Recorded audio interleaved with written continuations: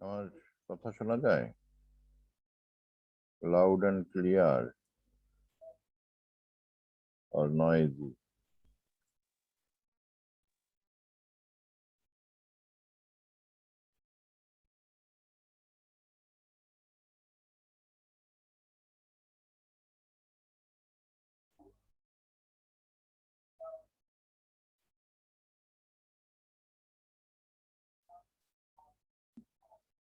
আমার কথা শোনা যায়?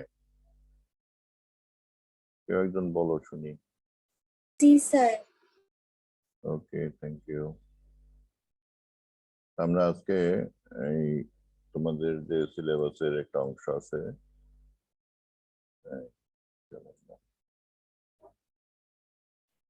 বাস্তব আদর্শ গ্যাস ও বাস্তব গ্যাস, গতদিনে আমরা আলোচনা করছিলাম এবং এর জন্য কিছু ইকুয়েশন, কিছু কথা আমরা শুনছিলাম। আজকে বাস্তব গ্যাস সময় আদর্শ আচরণ করার শর্ত নিয়ে একটু আলোচনা করব। বাস্তব গ্যাসের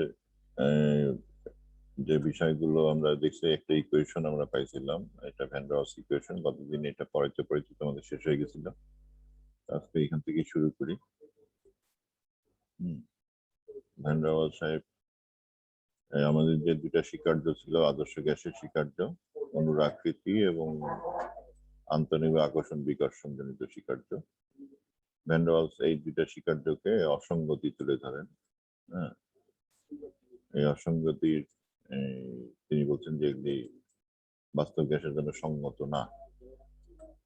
এই অসঙ্গতি তুলে ধরে তিনি আয়তন অসঙ্গতিটাকে বা আয়তন বিচ্যুতি বলি আমরা, এই আয়তন বিচ্যুতিটাকে তিনি ব্যাখ্যা করলেন। এবং সেই ব্যাখ্যাটা তোমরা জানো যে আমরা আয়তনের সংজ্ঞা যেটা পাইছিলাম, যে এখানে অণুগুলো স্বাধীনভাবে বিচরণ করতে পারে, তাকে আয়তন বলে। আর তোমার বাস্তব গ্যাসের ক্ষেত্রে যেহেতু অণুগুলোর আকার আয়তন আছে, সেই জন্য এই আয়তনটাকে আমরা বি হিসেবে চিন্তা করছিলাম। এটা আয়তনটাকে মূল সংখ্যার সমানুপাতিক হিসাবে তিনি বলছিলেন এবং সমানুপাতিক ধ্রুবক একটা নিয়ে আসছিলেন বি, এবং সেই ধ্রুবকটাকে বলা হয় সহ আয়তন, কো ভলিউম, সহ আয়তন বলা হয়। এই সহ আয়তনের ক্ষেত্রে তিনি এই কি করলেন, আদর্শ গ্যাসের আয়তনের সাথে এই আয়তনটাকে বাদ দেওয়ার ব্যবস্থা করলেন। এবং তিনি বললেন যে আদর্শ গ্যাসের যে ভি যে আছে, এই আয়তনটাকে আমরা বাস্তব গ্যাসের ক্ষেত্রে কি করব, যোগ করব না বিয়োগ করব। সহায়তনটা আমরা একটু বুঝি ছবি টবি করে, তাহলে আমরা বুঝতে পারবো। মনে করো যে একটা গ্যাসের পাত্র আছে, এই পাত্রের মধ্যে একটা অণু আছে, এই অণুটা কি করে, ঘুরে বেড়ায় হ্যাঁ চারিদিকে। তাই এখানে যদি অনেকগুলো অণু আসে, তাহলে এই অণুগুলোর যে সহ আয়তন হবে, এই সহ আয়তনটা বাকি অণুদের ঘুরে বেড়ানোর জায়গাটা কমিয়ে ফেলবে। তো আমাদের যে পাত্রের যে আয়তনটা আছে, এই পাত্রের আয়তন থেকে এই সহায়তনটা বাদ দিতে হবে, এই কথাটাই তিনি বলছিলেন। বুঝতে পারছো? তাহলে এই সমীকরণের মধ্যে পিভি ইকুয়াল টু এনআরটি যে সমীকরণ আছে, সমীকরণের মধ্যে ভিটাকে তিনি সন্দেহজনক হিসাবে আখ্যায়িত করেন এবং ভিটাকে তিনি ভি মাইনাস এন বি হিসাবে লেখার ব্যবস্থা করেন। এবং তোমরা এটা লিখে রাখো, ভি সমান হলো ভি মাইনাস এন বি, এটা খাতার মধ্যে লেখো। ভি কে আমরা ভি মাইনাস এন বি দিয়ে দেখাবো। এখন এইখানকার পিভি এর যে ভি এবং ভি মাইনাস এন বি এর যে ভি, এই দুটো এখানকার যে ভি, দুইটা ভি কি একই রকম? আমরা একটু বুঝি। হ্যাঁ, আমার প্রশ্নটা হলো পিভি এর যে ভি আর এর ভি মাইনাস এন বি এর ভি, এই ভিটাকে তিনি আমাদের যে পিভি এর যে ভি আছে, এই পিভি এর ভিটাকে তিনি V minus N B, PV এর ভিটা কিন্তু ঠিকই রাখছেন, ভি বাদ দেননি, কিন্তু ওখানে এই ভি এর সাথে একটা এন মাইনাস এন বি লাগাই দিচ্ছেন। হ্যাঁ, তাহলে এখানে একটু তোমাদের খেয়াল রাখতে হবে, মাইনাস এন বি আমাদের এখানে যুক্ত করতে হবে। কি কারণে যুক্তটা করলো? কারণটা হলো যে বললো যে অণুগুলোর নিজস্ব আকার আয়তন আছে। এই জন্য তিনি এটা যুক্ত করলেন। আর একটা অসঙ্গতি তিনি বলছেন আন্তঃনবিক আকর্ষণ বিকর্ষণ বা চাপ অসঙ্গতি। এখন এটাকে আমি ছবি দিয়ে দেখাই, এখানে তোমরা দেখলে বুঝবে যে বাম দিকের যে ছবিটা আছে এই ছবিটাতে অণুগুলোকে স্বাধীন বলা হয়েছে, স্বাধীন অণু। আর ডান পাশের যে অণুটা আছে এখানে এই অণুটা তোমার হচ্ছে এই বাকি অণুর সাথে আবদ্ধ অবস্থায় আছে, মানে একটু আকর্ষণের মধ্যে আছে, এই জন্য এটাকে একটু লাল চিহ্ন দিয়ে দেখানো হয়েছে। এই আকর্ষণের মধ্যে যে আকর্ষণটা কাজ করতেছে, এখানে যে যে বেগে সে দেয়ালে ধাক্কা মারবে, যে বলে এখানে ধাক্কা মারবে, সেই বলটা আর এইখানকার যে বলে ধাক্কা মারবে, এই দুটো বলের মধ্যে একটু পার্থক্য আছে। হ্যাঁ, এখানে আন্ডার অ্যাট্রাকশন বল, মানে এখানে যে বলে ধাক্কা মারবে এই আকর্ষণের কারণে এই বলের পরিমাণ, ধাক্কার বলের পরিমাণটা বেশি হবে না কম হবে বলো? এটা মনে করে এটাকে নাম দিলাম এফ ড্যাশ। এখন এই এফ ড্যাশটা এফ এর চাইতে, এখানে যে এফ আছে এফ এর চাইতে বড় হবে, নাকি এফ এর চাইতে ছোট হবে, নাকি এফ এর সমান হবে বলো দেখি?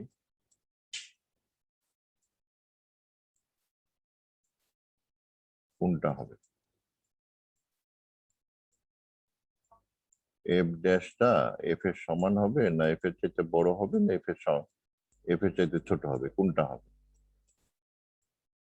1 নম্বর হবে, না 2 নম্বর হবে, না 3 নম্বর হবে?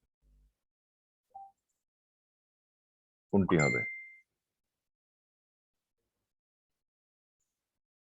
স্বাধীন, এটা হলো স্বাধীন অণু, এই অণুটা, এই অণুগুলো স্বাধীন, মুক্ত, পরস্পরের প্রভাবহীন। হ্যাঁ, আমরা বলছি স্বাধীন।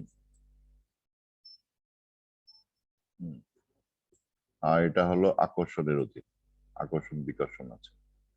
এখন স্বাধীন অণুর যে বলটা, এই বলটা আর আকর্ষণের অধীনে যে বলটা, এই বলটার মধ্যে পার্থক্য, মানে পার্থক্য হবে কিনা, হলে কোনটা হবে? তোমরা বলো, জবাব দাও। স্যার 2 নম্বর। আসতে বললো, শুনতে পাচ্ছি না, শুনতে পাচ্ছি না, সাউন্ডের স্যার 2 সমস্যা। নম্বর। 2 নম্বরটা এফ ড্যাশটা কম হবে। গুড। কেন কম হবে ব্যাখ্যা করো। স্যার ওইটাতে এফ ড্যাশের ক্ষেত্রে সবগুলো অণু একে অপরকে আকর্ষণ করছে, তার ফলে ওর যে যে ইয়াতে ধাক্কা মারবে, যে বলে সে বলটা কম হবে। এক কারণে আকর্ষণের জন্য কিছু বল আগেই নষ্ট হয়ে যাবে। গুড। তাহলে যে বলটা নষ্ট হচ্ছে সেই বলটা তাহলে আকর্ষণের সাথে সমানুপাতিক হবে, তাই না? তো এই আকর্ষণের যে হিসাবটা আছে আমাদের, আমরা তো জানি পি চাপ, তাহলে এইখানকার যে চাপ আর এফ এফ ড্যাশের যে চাপ, এটাকে পি পি ড্যাশ দিয়ে দেখাই, তাহলে পি ড্যাশটা কম হবে। তাহলে পি ড্যাশটার পরিমাণ, বিজ্ঞানী ওই আমাদের যে এই ভ্যান ডার ওয়ালস বিজ্ঞানী, উনি বলেন যে এই পরিমাণটা গ্যাসের ঘনমাত্রার সাথে সম্পর্কযুক্ত, ঘনমাত্রার বর্গের সাথে সম্পর্কযুক্ত, এই কথাটা তিনি বলছেন। তা ঘনমাত্রার বর্গ, তা ঘনমাত্রা কাকে বলে এটা তো তোমরা জানো, ঘনমাত্রা হলো C equal to N by V, এটাকে বলা হয় ঘনমাত্রা। এটা লিখে নাও সবাই না জানলে। হ্যাঁ, C equal to N by V. তাহলে এই বিষয়টা তিনি, এই ছবিটা তোমরা সবাই একটু খেয়াল রেখো, বা যারা এই স্ক্রিনশট নিতে পারো স্ক্রিনশট নিয়ে নাও, কারণ এটা নিয়ে আমাদের পরবর্তী আলোচনাটা এগিয়ে যাবে। হ্যাঁ, তাহলে আমরা এই যে এই আকর্ষণের মধ্যে যে বলটা আছে, এই বলটাকে যদি আমরা এখন চিন্তা ভাবনা করি, এই চাপ সংশোধন যেটা তিনি করলেন, এখানে একটুখানি আমরা পড়ি, আমি যেহেতু লিখছি আর বেশি বলতে চাই না। বাস্তব গ্যাসের পর্যবেক্ষিত চাপটাকে আমরা পি দিয়ে দেখাচ্ছি, আর আদর্শ গ্যাসের চাপ সেটাকে আমরা পি দিয়ে দেখাচ্ছি। তাহলে এই অবজার্ভ যে চাপটা আছে, পর্যবেক্ষিত চাপ, এই পর্যবেক্ষিত চাপটা আদর্শ গ্যাসের চাপ থেকে আমাদের যে বিয়োগ হইলো, কি বিয়োগ হইলো, আকর্ষণের কারণে যে চাপ সেটা বিয়োগ করতে হবে। আন্তঃনৈমিক আকর্ষণের চাপ কারণে যে বল বা শক্তি বা চাপ, হ্যাঁ, শক্তির কারণে যে চাপটা আমরা হারিয়েছি, হ্যাঁ, সেটা বিয়োগ করতে হবে। তাহলে বল, শক্তি, চাপ পরস্পরের সাথে সম্পর্কযুক্ত, এটা জানো তো। যেমন শক্তি যদি আমি চিন্তা করি, এনার্জি, এনার্জি হলো ফোর্স ইন্টু ডিস্টেন্স। আমরা জানি এটা কাজ হলো ফোর্স ইন্টু ডিস্টেন্স, হ্যাঁ, এফডি লিখি। আর এইটার সাথে, ফোর্সের সাথে আমাদের আবার ইয়ার সম্পর্ক আছে, এই চাপের সম্পর্ক আছে। তাহলে এনার্জির সাথে চাপ গুণন আয়তন, এটা এটা আমরা আগে দেখছি যে চাপের সাথে আয়তন গুণ করলে এনার্জি হয়। এটা আমরা আগে পড়ছি, হ্যাঁ, শক্তি শক্তি পাওয়া যায়। তাহলে এই যে আমাদের, আমরা বলতেছি যে আমাদের একটা সম্পর্ক আছে চাপের সাথে, আমাদের এই আকর্ষণ বিকর্ষণের একটা সম্পর্ক আছে। এই সম্পর্কটা আমাদেরকে বুঝতে হবে। এবং ভ্যান ডার ওয়ালসের এখানে সাফল্য যে তিনি আকর্ষণ বিকর্ষণের সাথে চাপের একটা সম্পর্ক প্রতিষ্ঠা করতে পেরেছেন, এবং এইটা আমরা আমাদের খুব কাজে লাগবে। এবং এইটাকে তিনি, যে একটু আগে যেটা বলছিলাম, যে আকর্ষণজনিত যে চাপটা, এই চাপটা এই ঘনমাত্রার সমানুপাতিক, বর্গের সমানুপাতিক। তাহলে ঘনমাত্রা বর্গের সমানুপাতিক হলো, তাহলে ঘনমাত্রা, তাহলে সমানুপাতিক চিহ্ন তুলে দিলে একটা সমান আসবে, একটা ধ্রুবক আসবে। এই ধ্রুবকটা করার পরে তিনি বলেন কি, আমরা তো একটু আগেই দেখছি C equal to N by V, একক আয়তনের ঘনমাত্রাকে, মূল সংখ্যাকে ঘনমাত্রা বলে। তাহলে আমরা এটাকে N square by V square লিখতে পারি, এবং এইটাই তার আবিষ্কার। তাহলে তিনি একটা সূত্র দিলেন। সেই সূত্রটা কি, যে আকর্ষণ বিকর্ষণ সূত্রটাই যে এখানে লিখছে, ভ্যান ডার ওয়ালসের তৃতীয় সূত্র বলতে পারি আমরা। আকর্ষণ বিকর্ষণ জনিত চাপ ঘনত্বের বর্গের সমানুপাতিক। হ্যাঁ, এই কথাটা তিনি একটা সূত্র আকারে বলেছেন, কিন্তু আমরা সূত্র আকারে বইগুলোতে পাই না। হ্যাঁ, বইগুলোতে সরাসরি এই N square by V square লিখে দিচ্ছে, কিন্তু আসলে এটা একটা সূত্র থেকে আসছে, তার ভ্যান ডার ওয়ালসের সূত্র থেকে আসছে। তাহলে এই সূত্রটা তিনি এখানে ওই চাপটাকে সংশোধন করলেন, করে তাহলে আদর্শ গ্যাসের সমীকরণে যে চাপটা আমাদের আছে পি, এই পিটা তাহলে কি হবে, ওই পি এর সাথে আমাদের আকর্ষণ বিকর্ষণ জনিত যে শক্তিটা হারিয়ে গেছে, যে চাপটা হারিয়ে গেছিল, সেই চাপটা আমাদের যোগ করতে হবে। বুঝা গেছে? আমরা যে অবজার্ভ যে চাপ, এখানে একটু মানে অনেকে কনফিউশনে পড়ে, এটা আবার যোগ করলাম কেন, এটা তো বিয়োগ হওয়া উচিত ছিল। কিন্তু চাপ, আকর্ষণ বিকর্ষণের কারণে যে চাপটা হারিয়ে গেছে, সেটা তো আমাদের, হারিয়ে যাওয়া জিনিস কি করতে হবে, ওটা আমাদের যোগের মধ্যে রাখতে হবে। এই জন্য এটা যোগ করে দেওয়া হলো। এই যোগটা অনেকেই অনেকেই এখানে কনফিউশনে পড়ে, আমাদের অনেক ছাত্ররাই বেশি কনফিউশনে পড়ে যায়, যে হারিয়ে যাওয়া জিনিস তো বিয়োগ হবে স্যার, কিন্তু এখানে আমাদের যে চাপটা আমরা দেখতে পাচ্ছি আর যে চাপটা হারিয়ে গেছে, এই দুইটা চাপ মিলে হবে আমাদের আদর্শ গ্যাসের সমীকরণের চাপ। আদর্শ গ্যাসের সমীকরণটাকে আমরা বাস্তব গ্যাসের জন্য প্রয়োগ করতে চাচ্ছি। আমরা নিজেরা কোনো সমীকরণ তৈরি করছি না, আদর্শ গ্যাসের যে সমীকরণটা তৈরি হয়েছে সেটাকে বাস্তব গ্যাসের জন্য প্রয়োগ করতে হবে। দুইজন অ্যাডমিট হতে পারছে না কেন? আমি বারবার অর্ডার দিচ্ছি অ্যাডমিট করার জন্য। আচ্ছা, যাই হোক, এই ভ্যান ডার ওয়ালস সমীকরণে তাহলে আমাদের যে সমীকরণটা আছে পিভি ইকুয়াল টু এনআরটি, এই পিভি ইকুয়াল টু এনআরটি সমীকরণটা তিনি কি করলেন, তিনি জাস্ট এটাকে সংশোধন, দুইটা যে সংশোধন তিনি চিন্তা করছেন, এই সংশোধন দুইটা তিনি এখানে বসিয়ে দিলেন। আর কিছুই করেননি, তিনি সমীকরণ তৈরি করেননি, তিনি সমীকরণ জাস্ট সংশোধন করেছেন। এই সমীকরণটাকে সংশোধন করে পি এর স্থলে তিনি বসালেন P plus A N square by V square, আর ভি এর স্থলে তিনি বসালেন V minus N B equal to NRT, তো আমাদের হাতে আগে থেকেই ছিল। এই সমীকরণটাকে তিনি প্রতিষ্ঠা করলেন এবং এটার নাম দিলেন, এটা তার নাম অনুসারে ভ্যান ডার ওয়ালস সমীকরণ হিসেবে আমরা বলে থাকি। এই সমীকরণটা যদি আমাদের মোল সংখ্যা 1 মোল হয় পদার্থের পরিমাণ, তাহলে আমাদের n ইকুয়াল টু 1 বসাইলে আমরা পাবো এরকম একটা সমীকরণ। হ্যাঁ, আর n মোল গ্যাসের জন্য আমরা পাবো এরকম সমীকরণ। তো এটা একটু সবাই লেখো খাতায়, লিখে আমাকে ইয়ে করো, দেখাও। আমি ততক্ষণ আমাদের ক্লাসের যে এমএমসি ক্লাস দিতে হয় ছবি, আমি ছবিটা দিব, তোমরা সবাই দেখাবে। সমীকরণটা লিখে ফেলো খাতায়।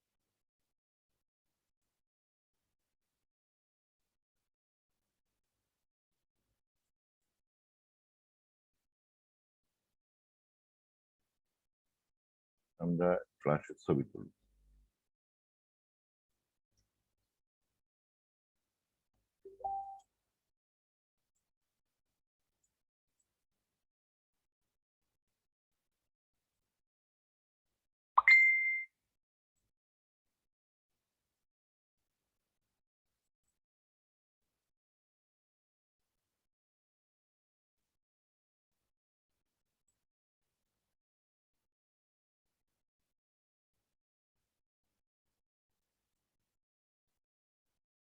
খাতায় লিখে সবাই দেখাবে, আমি ছবি তুলব।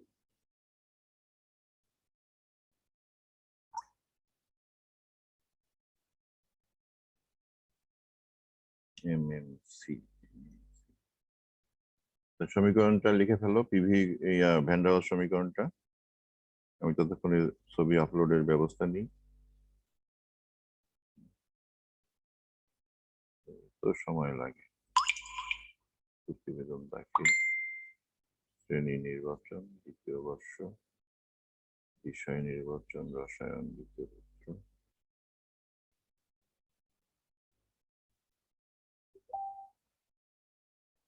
রসায়ন দ্বিতীয় পত্র। কতজন উপস্থিত আছে ক্লাসে? 14 জন উপস্থিত।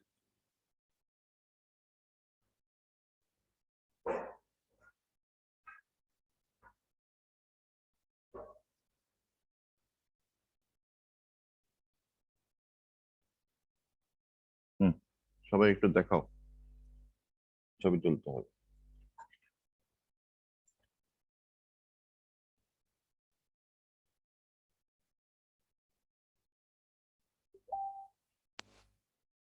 কই দেখাচ্ছ না কেন? ভিডিও চালু করো সবাই, ভিডিও চালু করে দেখাও, খাতায় লিখে দেখাও সমীকরণটা, সমীকরণটা দেখাও, খাতায় লেখো। সমীকরণটা খাতায় লিখে দেখাও।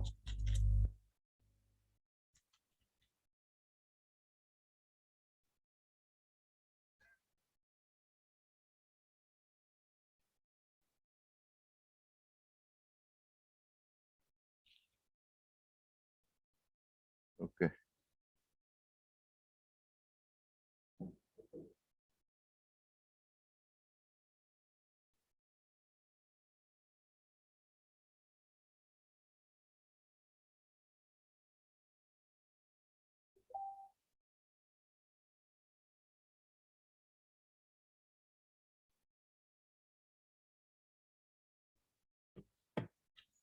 তাহলে থ্যাংক ইউ। তোমাদের এই ছবি তোলার কাজ শেষ, ক্লাসের রিপোর্ট করা শেষ।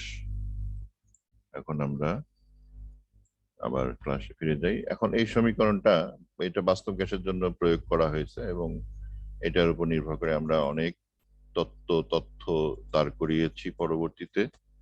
হ্যাঁ, তাই এটা আদর্শ গ্যাসের জন্য প্রয়োগ করা যাবে কিনা এই বিষয়ে বিজ্ঞানীরা কথাবার্তা বলছেন এবং আমরা একটু দেখি কিভাবে সেই কাজগুলো তারা করছেন।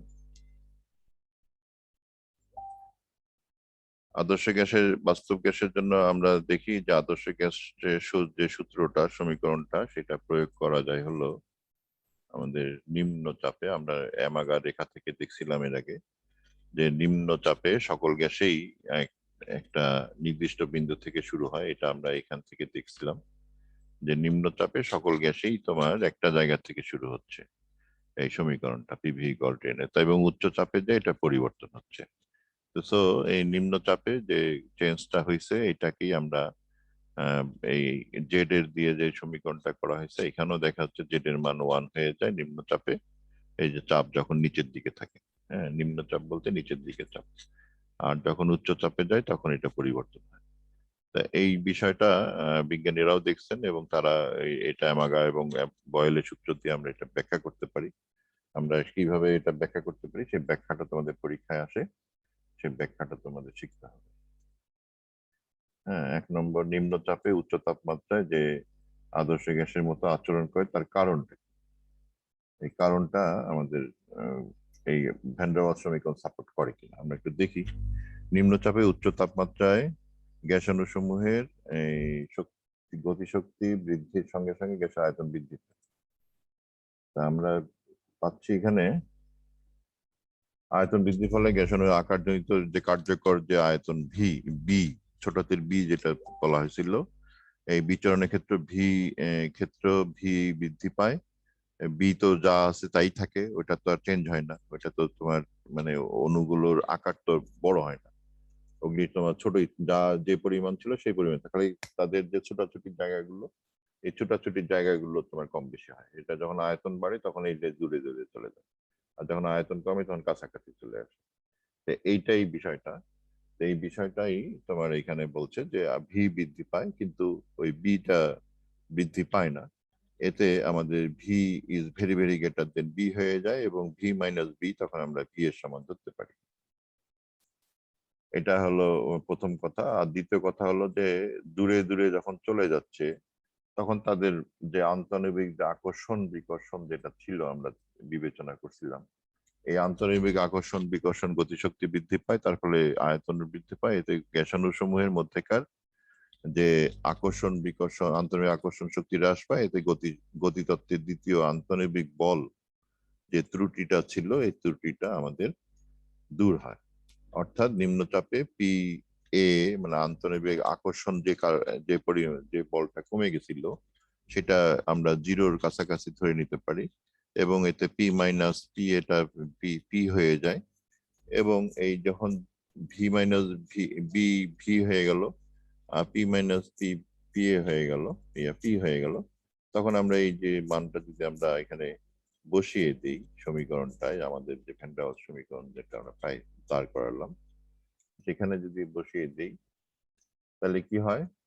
ভ্যান ডার ওয়ালস সমীকরণে বসালে এটা যদি এটা জিরো বসালাম, এটাও জিরো, ভিটা এটা জিরো হয়ে গেল, তারপরে আমাদের হাতে থাকতে হলো P minus P V equal to nRT. তাই আদর্শ গ্যাসের সমীকরণটা আমরা পেয়ে যাচ্ছি। হ্যাঁ, তাহলে আমরা বলতে পারি নিম্ন চাপে উচ্চ তাপমাত্রায় বাস্তব গ্যাস আদর্শ গ্যাসের ন্যায় আচরণ করবে। সুতরাং আদর্শ গ্যাস সমীকরণটি হলো বাস্তব গ্যাসের জন্য একটি সীমান্তিক অবস্থা মাত্র। অনেক সময় প্রশ্ন করা হয়, যে অনেকেই বুঝতে পারে না, যে দেখাও যে আদর্শ গ্যাস সমীকরণটি বাস্তব গ্যাসের জন্য একটি সীমান্তিক অবস্থা মাত্র, ব্যাখ্যা করো। তাহলে এই ব্যাখ্যাটা তোমাদের যদি এই যে আমি যেভাবে ব্যাখ্যা করলাম এইভাবে আমি তোমাদের ব্যাখ্যা করতে হবে। হ্যাঁ, যে তুমি এই জিনিসটা বুঝছো কিনা, বুঝা মানে অনুধাবন করছো কিনা। অনুধাবনের প্রশ্ন কোথায় হয়? ক্ষতে হয়। আর যদি তোমাদের সৃজনশীল পদ্ধতি যে আছে সেই পদ্ধতিতে ক্ষতে এই প্রশ্নটা। আর যদি তোমাদের এখনকার যে অ্যাসাইনমেন্ট সিস্টেম যাচ্ছে, অ্যাসাইনমেন্ট সিস্টেম যদি অ্যাসাইনমেন্ট দিতে পারে এটার উপরে, অ্যাসাইনমেন্ট দিলে সেই অ্যাসাইনমেন্টে এইভাবেই ব্যাখ্যা করতে হবে। তাহলে আমরা মোটামুটি একটা ধারণা পেয়ে গেলাম যে কিভাবে এই হিসাবগুলো করা লাগে। হ্যাঁ, তা বাস্তব গ্যাসের যে আদর্শ অবস্থা থেকে যে বিচ্যুতি হয় তার প্রমাণ কি বলতো? কোনো প্রমাণ আছে ওই অ্যামাগা রেখা ছাড়া? কেউ বলতে পারবে? বাস্তব গ্যাসের আদর্শ আচরণে বিচ্যুতির প্রমাণ, প্রমাণ তো আমরা অ্যামাগা রেখায় পাইছি। আর সমতাপ গ্যাস তরলীকরণ করা যায়, আর সমতাপ রেখা নামে একটা বিষয় আছে বাস্তব গ্যাসের জন্য। এই সমতাপ রেখাগুলো আমাদের তার প্রমাণ দেয়। এটা হলো অ্যান্ড্রুজের পরীক্ষা ছিল, অ্যান্ড্রুজের পরীক্ষার কথা আমি এর আগে বলছি। হ্যাঁ, আর অত্যন্ত নিম্নচাপে তোমাদের অনেক সময় শর্ত দিয়ে প্রশ্ন করে। হ্যাঁ, অত্যন্ত নিম্নচাপে এটা কি হবে? অত্যন্ত নিম্ন, আমরা তো মোটামুটি নিম্নচাপে উচ্চ তাপমাত্রায় একটা চিন্তা করছি। নিম্নচাপে আমাদের সমীকরণটা কেমন হয়? নিম্নচাপে গ্যাসের আয়তন বৃদ্ধি পায়, আয়তন বৃদ্ধি ফলে গ্যাসের আকারজনিত আয়তনের যে আগের মতোই ব্যাখ্যা। হ্যাঁ, এর বর্জনযোগ্য নিম্নচাপে পিভি ইকুয়াল টু এনআরটি হয়ে যায়। তারপরে আরেকটা মধ্যম চাপে যদি আমরা চিন্তা করি, তার মধ্যম চাপে কি হয়, মধ্যম চাপে আমাদের সমীকরণ কেমন রূপ ধারণ করে। আমরা মধ্যম চাপের চিন্তা ভাবনা করি, অনেক সময় পরীক্ষায় গিয়ে আসে। মধ্যম চাপে সমীকরণটা দেখো, মধ্যম চাপের চাপটা আমরা বাদ দিতে পারছি না, ভিটা রয়েছে, তাহলে PV equal to R T minus 1/ভি হচ্ছে। তাহলে আর-টি দিয়ে যদি আমরা সমীকরণটাকে ভাগ করে দিই, তাহলে 1 - a - r-t, তাহলে মধ্যম চাপে এই সমীকরণ জেড, যে আমাদের যে অ্যামাগা যে সংকোচনশীলতা গুণাঙ্ক যেটা ছিল, সেটা তোমার হয়ে যাচ্ছে a - r-t-v। তাহলে 1 থেকে মাইনাস হচ্ছে, আমাদের কোনটার সাথে সম্পর্ক হলো এটা? এটা আমরা যে এই যে অ্যামাগা রেখা যেটা আমরা আগে লিখছিলাম মধ্যম চাপে, হ্যাঁ, জেড এর মান 1-এর চাইতে কম হলো, তাহলে কোনো মধ্যম চাপে আমাদের এই যে নিচের দিকে যে মানটা, এই মানটা আসতেছে। হ্যাঁ, সমীকরণে আমাদের যে সমীকরণটা যেটা ছিল 2 নম্বর শর্ত, এই শর্তটাও আমাদের এখানে আসলো। আবার আমরা মধ্যম চাপের যে এই রেখার মানগুলো নিচের দিকে পাই, তার ব্যাখ্যাও আমরা পেয়ে গেলাম। এবং অনেক সময় এটার উপরে এই গণিত দিয়ে আমরা যে ব্যাখ্যাটা তৈরি করলাম, এই ব্যাখ্যাটা অনেক সময় পরীক্ষায় আসতে পারে। হ্যাঁ, মধ্যম চাপে এই যে অ্যামাগা রেখাগুলো নিম্নগামী হয় কেন? হ্যাঁ, আমরা মধ্যম চাপে অ্যামাগা রেখা নিম্নগামী হয়, তার ব্যাখ্যা আমরা ভ্যান ডার ওয়ালস দিয়ে পেয়ে যাচ্ছি। এই যে সুন্দর একটা ব্যাখ্যা আমরা ভ্যান ডার ওয়ালস সমীকরণ এটাকে সাপোর্ট করতেছে। তো আমরা এইখানে বলতে পারি যে মধ্যম চাপে গ্যাসের এই যে অ্যামাগা রেখা সেটা নিচে কেন থাকে। এইখান থেকে প্রশ্ন করা যেতে পারে যে মধ্যম চাপে ভ্যান ডার ওয়ালস সমীকরণের সাহায্যে ব্যাখ্যা করো যে মধ্যম চাপে অ্যামাগা রেখাগুলো নিচের দিকে থাকে। আচ্ছা, আর যদি আমরা উচ্চ চাপে যাই, উচ্চ চাপে অ্যামাগা রেখা কোথায় আছে বলো তো? উচ্চ চাপে অ্যামাগা রেখাগুলো কোন দিকে গেছে?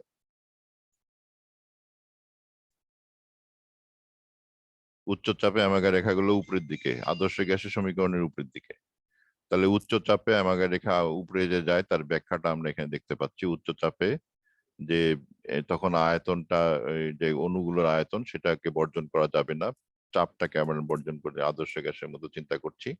তাহলে পিভি ইকুয়াল টু প্লাস চিহ্ন আসলো, বিপি +1 এর সাথে বিপি প্লাস আর-টি আসলো, বিপি/আর-টি আসলো। তাহলে উচ্চ চাপে এই মানটা আমরা পেয়ে গেলাম, জেড এর মানটা পেয়ে গেলাম। তাহলে একের চাইতে বড়, উচ্চ চাপে একের চাইতে বড় হচ্ছে, নিম্ন চাপে একের চাইতে ছোট হচ্ছে, এবং মোটামুটি চাপে একের সমান হচ্ছে। এই ব্যাখ্যাগুলো আমরা দিয়ে দিলাম, এবং এই ব্যাখ্যাগুলো অ্যামাগা রেখার ব্যাখ্যাগুলো ভ্যান ডার ওয়ালস সাহেব করতে পারছেন। এই জন্য ভ্যান ডার ওয়ালস সমীকরণের সাফল্য এখানেই। হ্যাঁ, এটা তোমাদের একটু বুঝতে হবে। আর এখানে আরেকটা বিষয় তোমাদের একটু আগে বলছি, যে বাস্তব গ্যাসগুলো কি করে। বাস্তব গ্যাসের আদর্শ আচরণের ব্যাখ্যা তো আমরা দিলাম। আর বাস্তব গ্যাসগুলো কি করে? বাস্তব গ্যাসগুলো হলো তোমার তরলে পরিণত করা যায়। তরলে বাস্তব গ্যাসের বিচ্যুতির প্রমাণ হলো আকারজনিত আয়তন রয়েছে, যার জন্য তরল অবস্থাতেও গ্যাসের নির্দিষ্ট আয়তন থাকে, যা চাপ প্রয়োগে গ্যাসীয় অবস্থার ন্যায় ব্যাপক হারে পরিবর্তিত হয় না। এটা হলো বাস্তব গ্যাসের আমাদের বিষয়, যে বাস্তব গ্যাসগুলো তরল করা যায়।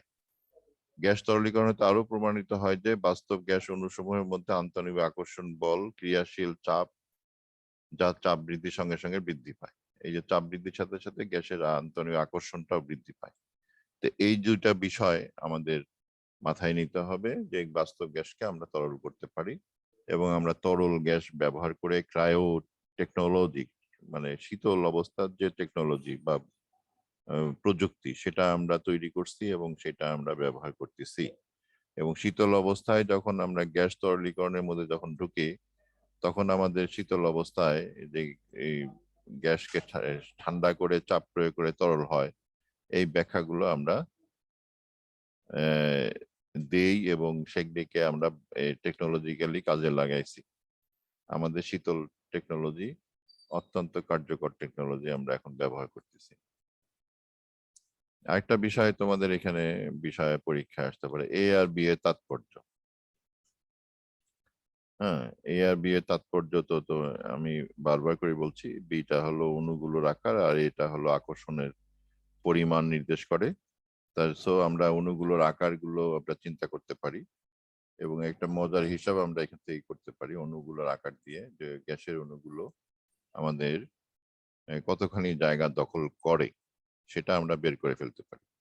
আমি একটা তালিকা দিচ্ছি তোমাদেরকে, তালিকা থেকে দেখলে বুঝতে পারবে যে অণুগুলোর আকার দিয়ে আমরা কি করতে পারি এবং বি থেকে অণুর আকার বের করা যায়, আমরা সেটা করতে পারি। দেখো আমি একটা হিসাব করছি, নিজেই করছি। গ্যাসের যে যে বি এর মানটা আছে সেখান থেকে আমরা অণুর আকার বের করে ফেলতে পারি।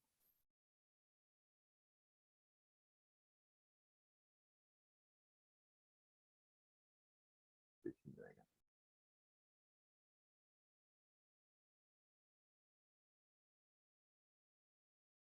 দেখো এখানে হিলিয়াম গ্যাসের আকার 212, বি এর মানটা দেওয়া আছে, তো এখান থেকে অণুর ব্যাসার্ধ বের করা যায়। ভ্যান ডার ওয়ালস ব্যাসার্ধ 211, হাইড্রোজেন গ্যাসের ব্যাসার্ধ 219, আবার নিয়ন গ্যাসের ব্যাসার্ধ 200। এটা ভ্যান ডার ওয়ালস ব্যাসার্ধ। হ্যাঁ, ভ্যান ডার ওয়ালস যে হিসাব করছেন সেই হিসাবের আলোকে আমি এই বি এর মান থেকে এই ব্যাসার্ধের মানগুলো হিসাব করে বের করছি।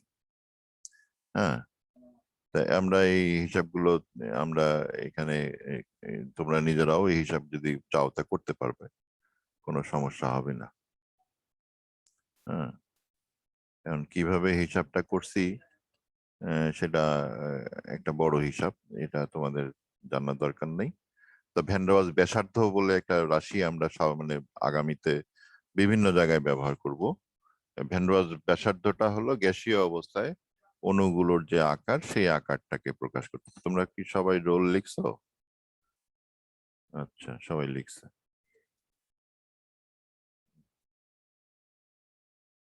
তাহলে রোলগুলো আমি এখানে লিখে ফেললাম।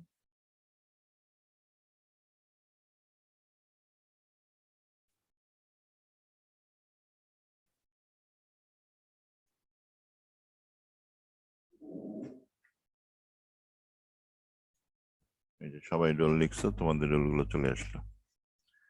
তাহলে আমরা এই বি থেকে, মানে যে আমাদের যে বি আছে, বি রাশি ব্যবহার করে আমরা ভ্যান ডার ওয়ালস ব্যাসার্ধটা হিসাব করতে পারি।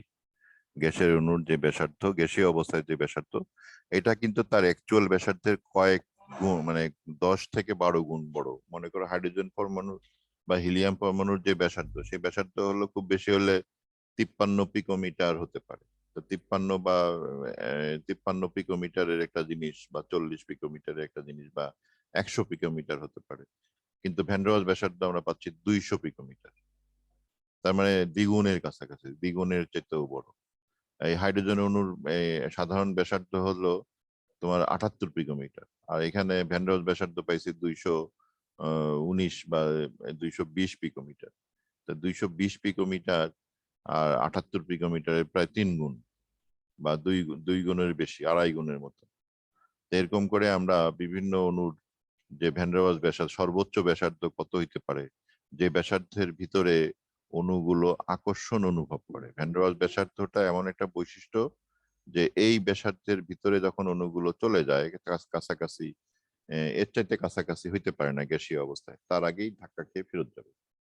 তাহলে গ্যাসীয় অবস্থায় যদি অণুগুলো, আমাদের অণুর ব্যাসার্ধ যদি আমার হাতের মুঠোর মতো হয়, তাহলে এরা এই মুঠোর চাইতে 3 গুণ দূরত্ব যখন আসবে, এই আসার পরে এরা পরস্পরকে বিকর্ষণ করা শুরু করবে এবং তারপর তারা দূরে চলে যাবে। এই কাছাকাছি বেশি কাছে যেতে পারে না গ্যাসীয় অবস্থায়। আর যখন তরল হবে তখন তারা কাছাকাছি হবে এবং আকর্ষণের মধ্যে থাকবে এবং এখান থেকে ভাইব্রেশন করবে বা একটু করবে এবং এখান থেকে মুভ করবে, এদিকে দিক চলে যাবে, কিন্তু পরস্পরকে ছেড়ে যাবে না। হ্যাঁ, এটা একটা মজার বিষয় তরলের। হ্যাঁ, তরলে তারা কাছাকাছি থাকে বা তার কাছে আরেকজন এসে জায়গা দখল করে, আরেকটা অণু এসে জায়গা দখল করে, কিন্তু তারা নিকটে থাকবে, আকর্ষণের মধ্যে থাকবে। এই হলো ভ্যান ডার ওয়ালস এর বিষয়টা এবং এই ব্যাসার্ধের বিষয়টা আমরা বি থেকে ব্যাসার্ধ হিসাব করতে পারি। আর গ্যাস তরলীকরণে যখন গেল বিজ্ঞানীরা, তখন একটা তাপমাত্রা আবিষ্কার করলো যেটাকে বলা হয় সংকট তাপমাত্রা, ক্রান্তি তাপমাত্রা বা ক্রিটিক্যাল টেম্পারেচার।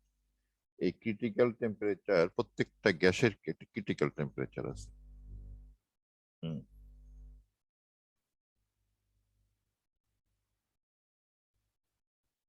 প্রতিটা গ্যাসের একটা ক্রিটিক্যাল টেম্পারেচার আছে। গ্যাসকে তরলে রূপান্তরিত করা যায়, গ্যাস যাকে গ্যাস তরলীকরণ বলে।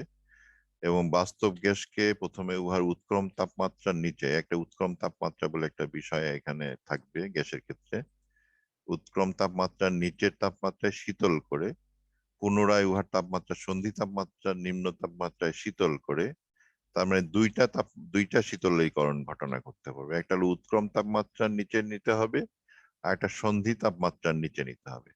এই দুইটার নিচে নেওয়ার পরে, সন্ধি তাপমাত্রার নিচে নিলেই গ্যাস তরল করা যাবে, চাপ প্রয়োগে গ্যাস তরল হয়ে যায়। তাহলে সন্ধি তাপমাত্রার নিচে গ্যাসের উপরে চাপ প্রয়োগ করলে গ্যাস তরল হয়, তার উপরে কিন্তু তোমার গ্যাস তরল হবে না। এটা তোমরা একটু মাথায় রাখবে যে সন্ধি তাপমাত্রার নিচে গ্যাসের উপরে চাপ প্রয়োগ করলে গ্যাস তরল। তাহলে গ্যাসকে আগে সন্ধি তাপমাত্রার নিচে নামাইতে হবে। তাহলে কি করব আমরা? প্রথমে গ্যাসকে কি করব, বাহ্যিক শীতল পদার্থের প্রভাবে গ্যাসের তাপমাত্রা উৎক্রম তাপমাত্রার নিম্ন তাপমাত্রায় নেওয়া হয়। তারপরে পুনরায় শীতল করার দুইটা পদ্ধতি আছে, তোমরা এর আগের দিন আমি আলোচনা করছি, যে জুল থমসন ফলাফল দিয়ে শীতল করতে পারি, আবার বাহ্যিক পদার্থ দিয়েও আমরা শীতল করতে পারি। দুইটা উপায় শীতল করা যায়। শীতল করে গ্যাসের তাপমাত্রা সন্ধি তাপমাত্রার নিচে নামাতে হবে, তারপরে সন্ধি তাপমাত্রার নিচে আমরা চাপ প্রয়োগ করে গ্যাসকে তরল করি। তাহলে আমাদের তিনটা কাজ। গ্যাসকে প্রথমে উৎক্রম তাপমাত্রার নিচে নামাইতে হবে তাপমাত্রা, তারপরে তোমার সন্ধি তাপমাত্রার নিচে নামাতে হবে, তারপরে আমরা ওর উপরে চাপ প্রয়োগ করে আমরা গ্যাসকে তরল করতে পারবো। তা এই হলো তিনটা কাজ আমাদেরকে সবসময় করতে হয়, এবং গ্যাস তরলীকরণের এটা একটা খুবই প্রয়োজনীয় একটা বিষয়। আর এখন গ্যাস তরলীকরণটা খুব দরকারি একটা কাজ। কারণটা কি? আমাদের যে করোনাকালীন সময়ে আমাদের এখন তরল অক্সিজেন দরকার হয়ে পড়ছে, বা ওই অক্সিজেন গ্যাসের সরবরাহ বাড়াইতে হচ্ছে। এই জন্য আমরা কি করছি, গ্যাস তরলীকরণের দুটা পদ্ধতি আছে, একটা হলো হিমমিশ্র পদ্ধতি, আর একটা হলো তোমার পৌনঃপুনিক শীতলীকরণ পদ্ধতি। এই দুইটা পদ্ধতি আমরা ব্যবহার করে থাকি গ্যাস তরলীকরণের জন্য। হ্যাঁ, তা হিমমিশ্র পদ্ধতিটা খুব সহজ কাজ। একটা ইউটিউব নেওয়া হয় এরকম ইয়ার মতো, এই বুমেরাঙের মতো। এক পাশে বিক্রিয়া করে গ্যাস তৈরি করা হয়, আরেক পাশে শীতল জাতীয় পদার্থের ভিতরে ওই গ্যাসটাকে সরবরাহ করা হয়। এখানে যেহেতু বিক্রিয়া চলতেছে, বিক্রিয়া তো আর বন্ধ হবে না, গ্যাস উৎপাদন হতেই থাকবে। গ্যাস উৎপাদন হলে সেটা এদিকে যাবে এবং চাপ নিজের চাপ বাড়াইতে থাকবে, যেহেতু আমাদের এই পাত্রটা বদ্ধ পাত্র, এবং চাপ এখানে যেহেতু শীতল হইতে থাকবে, তখন চাপ বৃদ্ধির কারণে সে তখন তরলে পরিণত হতে থাকবে। এইভাবে আমরা গ্যাস তরলীকরণ করতে পারি। এটাকে ফ্যারাডের পদ্ধতি বলা হয়। বিজ্ঞানী ফ্যারাডে, তোমরা নাম শুনছো, একজন অশিক্ষিত বিজ্ঞানী। হ্যাঁ, তার কিন্তু কোনো একাডেমিক শিক্ষা ছিল না। এই অশিক্ষিত বিজ্ঞানী বহু কাজ করেছেন। ফ্যারাডের সূত্র দিয়েছেন, তোমাদের চুম্বকের জন্য ফ্যারাডের সূত্র দিয়েছেন, আবার এই ব্যাটারির জন্য বা তড়িৎ বিশ্লেষণের জন্য ফ্যারাডের সূত্র আছে। হ্যাঁ, আবার এই গ্যাস তরলীকরণে উনি প্রযুক্তি দিয়েছেন। উনি জেনারেটর ডায়নামো আবিষ্কার করেছেন, এবং ওনার ওই ল্যাবরেটরিতে ওই সেই সময়কার ব্রিটিশ যে প্রধানমন্ত্রী, উনি গিয়েছিলেন ল্যাবরেটরিতে। তো ওখানে ডায়নামো চলতেছিল, শব্দ হচ্ছিল। তার ডায়নামো চলতে দেখে বিজ্ঞানী ওই ব্রিটিশ প্রধানমন্ত্রী তাকে জিজ্ঞাসা করছিল যে এটা কি। ফ্যারাডে বলছিল এটা কি আমি এখন বলতে পারবো না, কিন্তু কয়দিন পর আপনার সরকার এর উপর ট্যাক্স বসাবে। আসলেই তাই, এখন আমরা ডায়নামো কিনি ট্যাক্স দিয়ে কিনি। হ্যাঁ, সো এই ফ্যারাডে এই বিজ্ঞানী, এবং উনি ছিলেন একজন এই বই বাঁধায় স্কুল, যখন ওনার বয়স 12 বছরের নিচে, তখন তিনি বই বাঁধায় কাজ করতেন। এবং ওনার কাছে এনসাইক্লোপিডিয়া ব্রিটানিকার 3 নম্বর খণ্ডটা, ওই সময় 1800 খ্রিস্টাব্দে এনসাইক্লোপিডিয়া ব্রিটানিকার 3 নম্বর খণ্ড তাকে কেউ বাধাই করতে দিছিল। ওখানে উনি ওইটা বাধাই করতে যে উনি ওইটা পড়ছিলেন,